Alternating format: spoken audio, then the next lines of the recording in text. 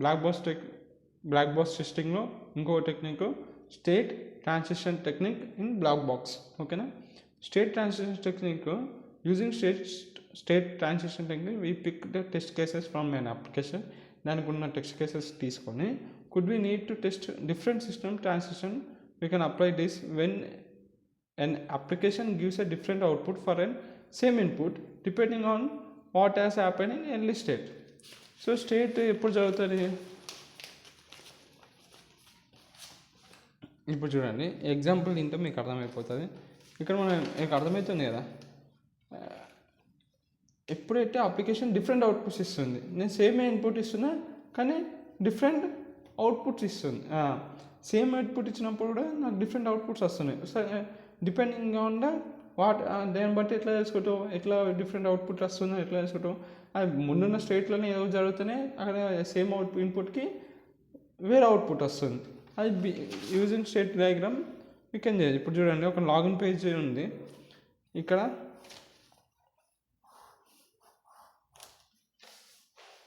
ఇది నా login page. ఓకేనా. Login page, home page. Login page నేను నా ఐడి పాస్వర్డ్ ఇస్తే నా హోమ్ పేజ్ అనేది ఓపెన్ అవుతుంది. సో నేను ఫస్ట్ అటెంప్ట్ ఇచ్చిన. ఫస్ట్ అటెంప్ట్ అనేది ఇట్లా స్టేట్స్ అనేది ఇట్లా పెట్టి దీంట్లో స్టేట్స్ అనేది రిప్రజెంట్ చేస్తూ యాక్షన్ అనేది ఇట్లా యారో మార్క్ పెడతాం. సో ఫస్ట్ అటెంప్ట్ ఇచ్చిన, ఐడి పాస్వర్డ్ నేను ఇచ్చినాక కరెక్ట్ అయినాక నా హోమ్ పేజ్ అనేది ఓపెన్ అవుతుంది. హోమ్ పేజ్ ఉంటుంది, తర్వాత ఎర్రర్ వస్తే ఎర్రర్ పేజ్ ఉంటుంది. సో ఒక ఇన్పుట్ ఇచ్చిన, నా ఐడి పాస్వర్డ్ కరెక్ట్ వచ్చింది, వెళ్ళిపోయింది. ఓకేనా. తర్వాత సెకండ్ అటెంప్ట్లో ఐడి ఫస్ట్ ఇచ్చినప్పుడు తప్పని తెలిస్తే మళ్ళీ నేను ఐడి పాస్వర్డ్ కొట్టిన, అప్పుడు కరెక్ట్ వచ్చింది, నా హోమ్ పేజ్ ఓపెన్ అయింది. తర్వాత థర్డ్ అటెంప్ట్లో ఐడి పాస్వర్డ్ ఫస్ట్ టైం తప్పు వచ్చింది, సెకండ్ టైం తప్పు వచ్చింది, నేను మళ్ళీ ట్రై చేసిన థర్డ్ టైం కూడా. థర్డ్ అటెంప్ట్లో మంచి ఈసారి గుర్తు తెచ్చుకొని ఐడి పాస్వర్డ్ కొట్టిన, నా హోమ్ పేజ్ ఓపెన్ అయ్యింది. ఈ థర్డ్ అటెంప్ట్లో ఫస్ట్ టైం ట్రై చేసిన రాలేదు, సెకండ్ టైం రాలేదు, థర్డ్ టైం కూడా తప్పు కొట్టేసిన.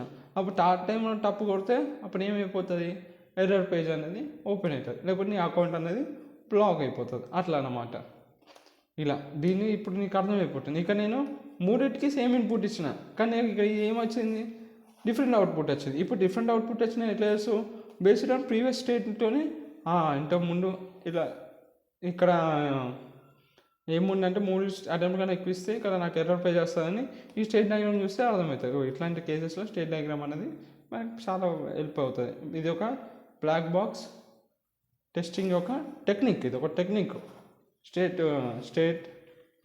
డయాగ్రామ్ అంటారు. స్టేట్ ట్రాన్సిషన్ టెక్నిక్ అనేది ఒక బ్లాక్ బాక్స్ టెక్నిక్.